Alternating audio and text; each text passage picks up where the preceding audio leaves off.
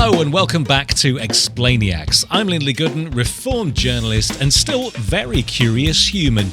Now we're at the end of Series 1. So far, we've leapt from business to tech, communication to creativity. So let's finish the series by jumping back into the brain. This time, we're investigating the scientific study of the good life. Not quite that good life, but not too far from it. We're talking about positive psychology. What's that? Well, if you've never heard of it, positive psychology is making a huge difference to hundreds of thousands of people, businesses, even governments across the world. But I know somebody who can explain it much better than I can, so much so that she now works with organisations worldwide to help them to also discover the good life. Her name is Dr. Aarti Anhal. Aarti, hello. Hello. It does feel a little strange having you in the hot seat, I have to be honest. Now, I should really confess one thing. Aarti and I know each other quite well because we're married. I know, it's a risk, but now we're here. Let's explain who you are, not just who you're married to. Explainiacs. Biography. Dr. Aarti Anhal is the founder of Before 9, a consultancy that helps organisations to reach and sustain their best performance through positive working, an approach that gives people the tools they need to thrive in good times and not so good times.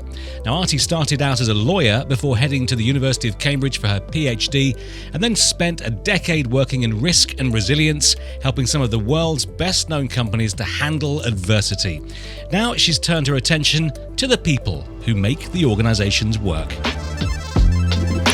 New subject. Description. Okay, so let's kick off. Looking at positive psychology and psychology, they're just one word different, right? So you'd imagine that they aren't that far from each other. But before we get into the detail, why are organisations using positive psychology and the techniques there to work better? Most businesses are missing the opportunities of really understanding how humans can benefit as well as hinder everything they do. And so that's really what kind of got me into wanting to explore a form of psychology that had this focus on humans and the positive aspects and the opportunities that humans bring. So it comes from America, I understand, from what you've told me. And does that basically mean that the core tool is to clap wildly and to look at stage with a massive, perfect smile? So it's very interesting that that's your interpretation, right? Because, so the first wave in the early 2000s, I think definitely the first wave of positive psychology was definitely this focus on positive emotion, positive aspects of life. And I think it came very quickly to be seen in some senses as this kind of happy, clappy science of happiness that was really just about accentuating all the good and happy feelings.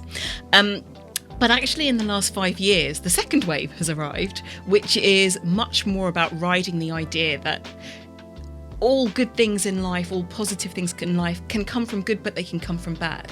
And that we have to be better at embracing that dark side and looking at some challenging experiences to draw the benefits and the opportunities.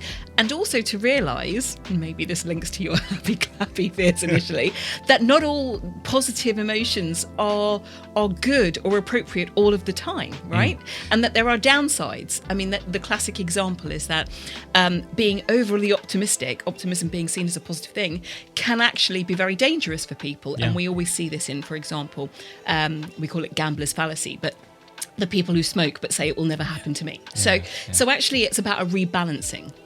I apologise to everybody who's listening from the US because, as you all know, British people really wish that they could be as happy clappy as we believe you are. What are the tools and techniques and tricks? I mean, what do you first of all have to focus on to start the journey into a more positive way of life? I think self-awareness is the key, right? Do we understand well enough how we think, what beliefs we carry around with us about ourselves, about the world around us, about the capabilities we have? Do we have a tendency for a negativity bias, for example, or are we more focused on the positive? But once we have a better understanding of what our strengths and perhaps what some of our limitations are, it's about recognising there are lots of tools out there that some of us probably do quite naturally and some of us don't. So, for example, there are probably some people who you would say are more optimistic. But for those that aren't and want to feel more optimistic, positive psychology has a range of tools that can be used to build optimism. It's the same for resilience. You know, that's something that you know that I'm very passionate about because I worked in it from an organisational perspective, and now I'm combining that with the human aspects. But some of us know we've used many muscles all the time, every day of our life when things have gone wrong. But how do we use those in really difficult times? And if we don't know what they are, or we've never been in a difficult situation, positive psychology can help us to unlock the tools we have within us. So, you know, I think because I have a coaching hat as well, a lot of this is about recognising we are fully resourced within, but sometimes we need help to unlock those resources. Explainiacs. Down the rabbit hole. So we'll have to go into the techniques that we need to understand to get our heads around this in a minute. But in the years that you've been doing this now, going from resilience, risk and resilience, the industry there, which is business and operations a lot of the time, into something which deals with people a lot more, what are the common kind of questions and trends and problems that can be overcome? I think the trend that I've seen previously, and I think that coronavirus has really brought this into focus, particularly because of the remote working, is the role of managers. You know, we talk a lot about leaders with a big L, and we forget that actually every single manager is a leader in their own right. Because what does that mean? Because they're responsible for inspiring. Okay. They're responsible for creating followership. And I think that one of the biggest trends has been, how do we equip managers with tools to better manage their own selves and then to be of service to the people they manage while still delivering results. You hit on a really important point there, because I think we can all draw on our own experience that we've been in places where the leaders say they want to manage people successfully, and that they have our interests at heart, but they don't. Ego gets in the way, fiefdoms get in the way, silos get in the way, and that's not a lot of fun for anybody working beneath those people. Can you start to change their mindset a bit so that they understand the value of their people? Well, so this is where you start to see the links with other things that are going on in industry, right? So we're already seeing moves, particularly, I mean, again, forced by some of the circumstances, but many organisations have been on an agile transformation journey for a while, which was actually saying that we've got to move from this hierarchical structure of an organisation to flatter structures where we have networks of people, and we need to devolve responsibility. So already, if you're starting to look at moving in that kind of way as a business, your leaders are already starting to say, look, we're not the people at the top who have the answers. There are going to be people across the organisation who have answers, and it's about cultivating that talent. So what I think is really interesting is about using this type of psychology, but bringing it into the reality of the world of business. And the world of business now is that most organisations are on a transformation journey, whether they want to be or not. So they are going to have to transform the way they are structured and the way they operate. But this psychology can actually help them to do that, because they don't just have to think about the structures and the systems they put in place. They can think about what's going to bring out the best in their people. Okay, so let's get into the nitty-gritty. Okay, we know the principles, but you mentioned, first of all, that you have to take like an audit. You have to understand your strengths, you have to understand who you are and what you want to do and what you can do well. Maybe looking to what you can improve, but how do you do that, and where does that take you? Yeah. So there are a range of ways of doing that. The first one, and probably the most common one, is a strengths-based approach. So this is about actually profiling the staff, the workforce, to understand what their human strengths are. And those are very different from their technical strengths. So most of us are educated to know that we're really good data analysts, or we're really good journalists, or we're really good public speakers. But we very rarely know what it is about that's bringing out the joy in our ability to do that technical skill or that piece of knowledge. We're normally actively discouraged from knowing that stuff. That's about us, a person. That's outside work. I'm a boss. I don't care about that stuff. Yeah. Well, so this is the thing now, is that actually smart organisations are realising that if they can understand the human strengths, and by human strength, we're talking about pre-existing natural ways of thinking, feeling and behaving that are energising to the person and that increase their performance. So actually, let me throw this back to you. I know. Are you going to positive psychology me? Yeah. Okay. Well, we know I've tried to do that before, and I haven't. So I know that you've taken the VIA before, yes, strengths profile. So what were some of the top strengths there, or the strengths at the top of your list that came through? So I did this a few months ago. During lockdown, we were looking at, all of us were really looking, and I think we still are looking at where we take ourselves in the future. So I did this thing, and my top value was creativity. The third one was leadership. And I used to manage people. I really care about that stuff. And I was very senior and very successful in that, but I moved away from it. And I thought, that's number 3. Fantastic. Sandwiched a big fat sandwich in the middle of that was humility. Now, how annoying is that? I don't want people to know about that stuff. So actually that gets in the way. So what it told me in my assessment of myself, first of all, hide it. And second of all, change it. So, had I been coaching you, Yeah. the questions would have been, and you kind of started to answer it yourself with the creativity, is how much are you using that strength at the moment? Yeah. You know, the second part you talked about leadership is okay. So you used to use it. Yeah. Is it that you're not using it anymore? In small teams I do now, but that's a small part of the job. And then with the humility, my question would be, so what is it about that you're feeling uncomfortable about? And is it that you're overusing it? And so this is the really interesting thing when we're working one-to-one with someone on strengths. It's which ones are you using? Which ones are at the bottom of that profile which you actually would like to develop? Because we should actually have a rounded ability to use all of them. Yeah. And then if we're overusing it, what is that doing to us, for us? So if we take that out from a one-to-one perspective, we move it into a team, right? So you'll have a team that have a range of human strengths: love of learning, leadership, curiosity, courage, perseverance. I worked with a legal team of a big travel company, and we did a strengths mapping exercise for their team. They all shared love and being loved, kindness, and social intelligence of being able to read and understand people. But they really didn't have amongst them as a team some of the others, like courage, fighting for what's right, perseverance. And so the General Counsel looked around and looked at me and said, gosh, I've got a team of lawyers who all want to save the world and they want to work for UNICEF, but they're working for me. Right. So the discussion then becomes, how do that team work given the culture of that company, given some of the difficult tasks they have to do?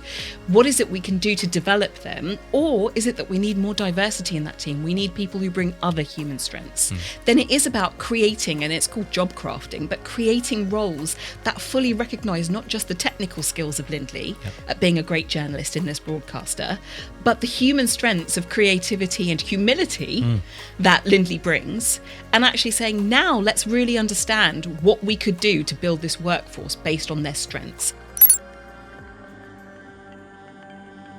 The way that people that you and I have worked with is absolutely impacted by the way that they're treated by their boss, right? So what makes this approach to finding a kind of psychological balance, especially at work, so useful to people, do you think? Positive psychology is not it's just an umbrella term for lots of different research. So in the work that I do, there are parts of coaching psychology that come in, some of which are drawn from NLP, some of which are taken from cognitive behavioural therapy.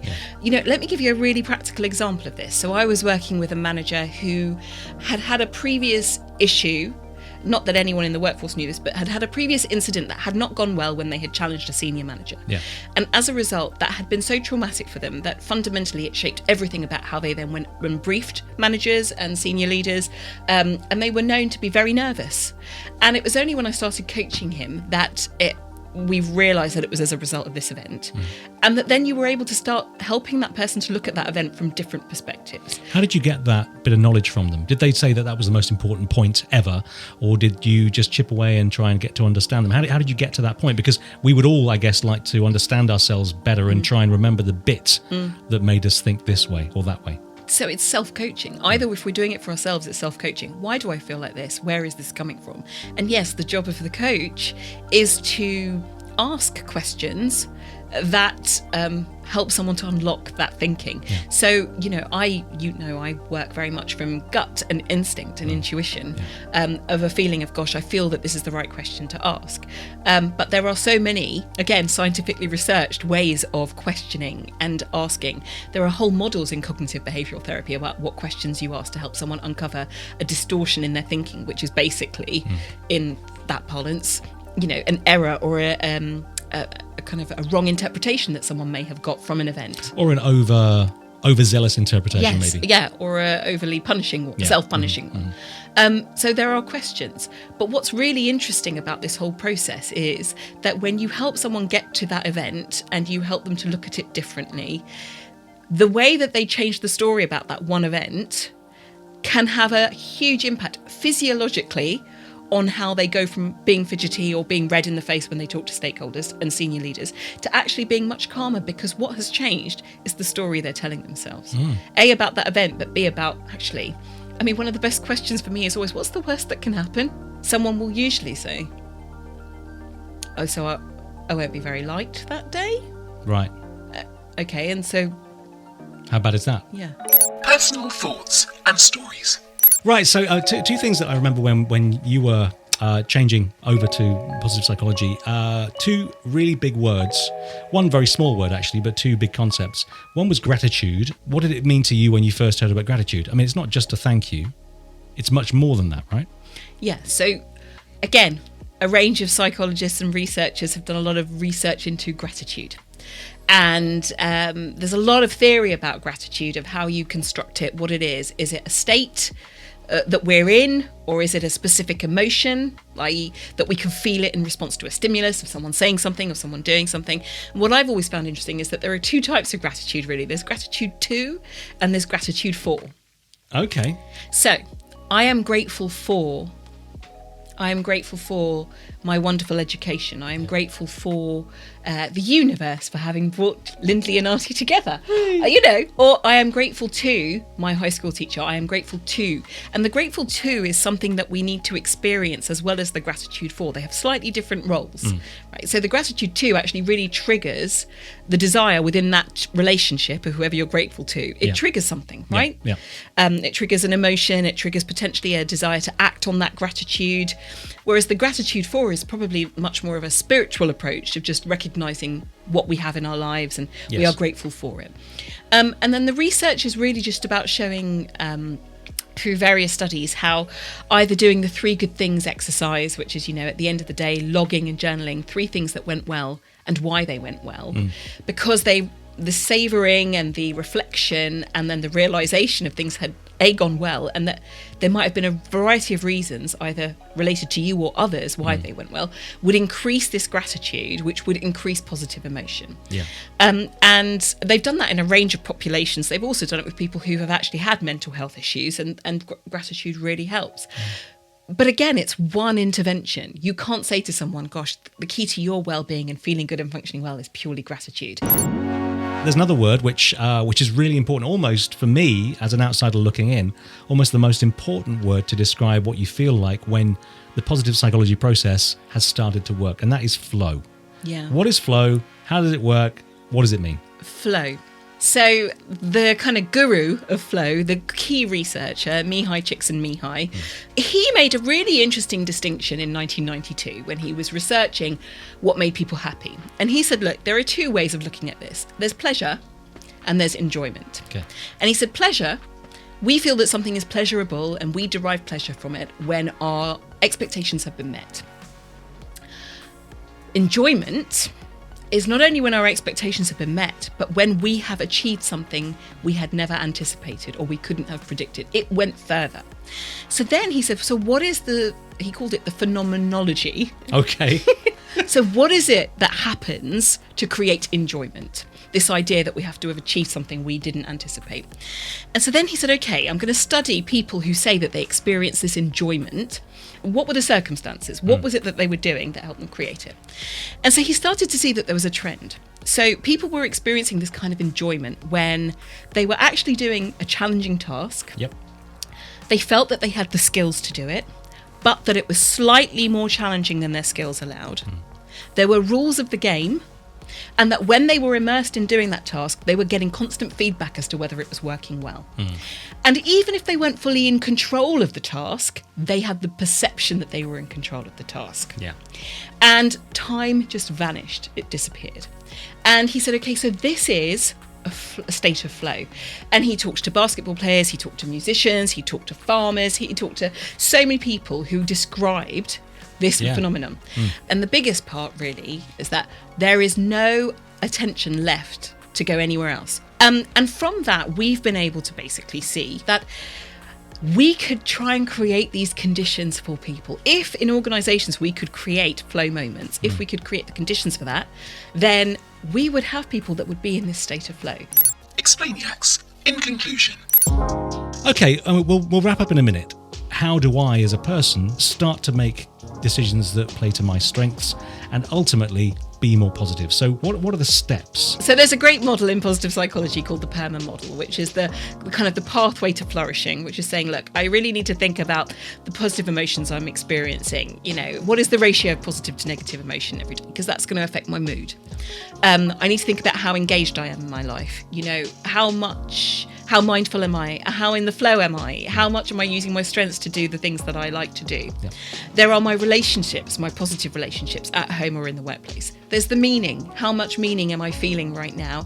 And if I feel that something isn't meaningful, what is that showing me? What needs to change in my life? Because this is also a huge time, and I'm seeing a lot of people doing it, ourselves included, of reflection. Absolutely. And then achievement. We need to be feeling like we are achieving something, because as human beings, that's what life is about. So what are the small habits? What are the small goals? Please do not confuse positive psychology with pop psychology.